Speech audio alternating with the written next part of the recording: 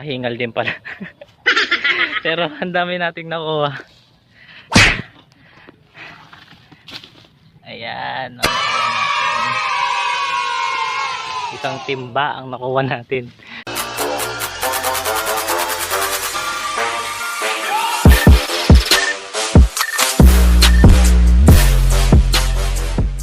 What's going on mga kapochi? So welcome back sa aking channel. Kung bago ka lang dito, huwag mo kakalimutang mag-like, mag-subscribe, at mag-comment. Ngayon, nandito tayo sa Abukay, Bataan. Kung mapapansin nyo, maraming puno na nakapaligid sa akin kasama itong mga damo. So, ayan. Hindi ko alam kung may idea na kayo sa gagawin natin ngayon, pero sasabihin ko sa inyo, tikat lang to. Mabuburao tayo. Pwede pitasin sa mga puno na to. So binisita nga pala namin ang aming tita dito sa kanilang tinitirhan. At nakausap namin kasi siya na marami daw pwedeng pitasin dito at makain. So alam niyo naman, ang inyong likod mukha tayong pagkain. Hindi natin papalagpasin yan. So sinabihan ako ng pinsan ko na mas maganda kung unahin natin yung mga kamoting kahoy na nandun. Sabi nila pwede na daw yung anihin.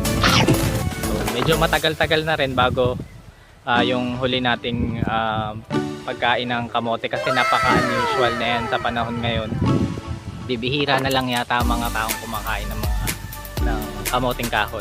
Pero kung hindi natin alam, sa mga hindi nakakaalam, napakasarap ng kamoting kahoy. Mas masarap ito kung gagawin mong yung alpahor ba ang tawag doon, yung nilalagyan ng gata, yung saging. Ayun, ay, naku, the best. So kaya simulan na natin.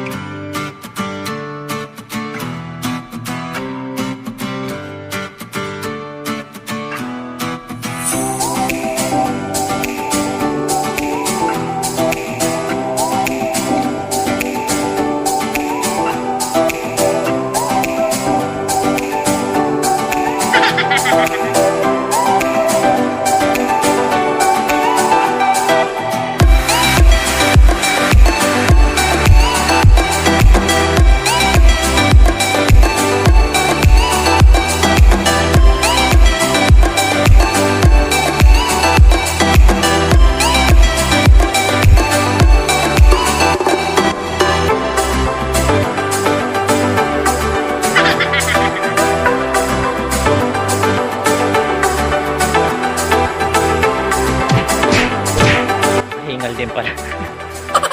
Pero ang dami natin nakuha. Ayan. Isang timba ang nakuha natin.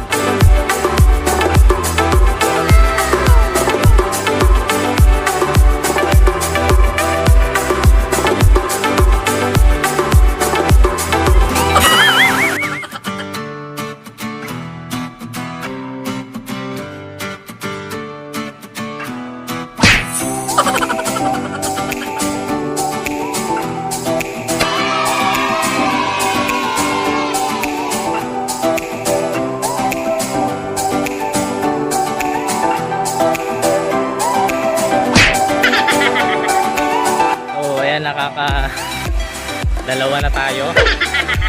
Ngayon, ang susunod na tatargetin naman natin ang mga papaya. Kasi may nakita ko banda doon na maraming bunga at saka malalaki. Although hindi pa masyadong hinog, pero kumbaga mahinugin na siya. Okay, wag naman tayo, wala tayong pinapalagpas. Miyembro tayo ng pamilyang walang panig. So, let's go.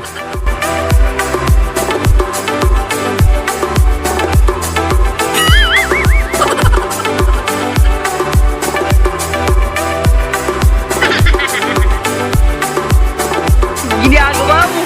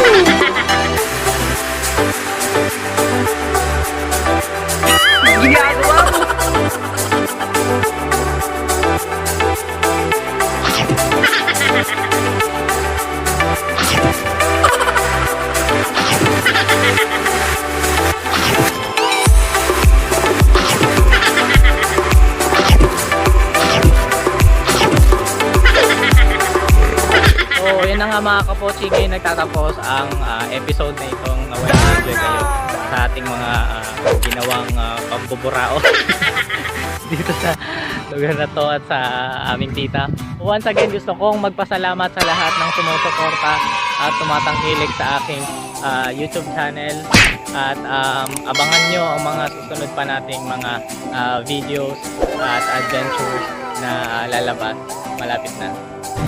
Hanggang sa muli.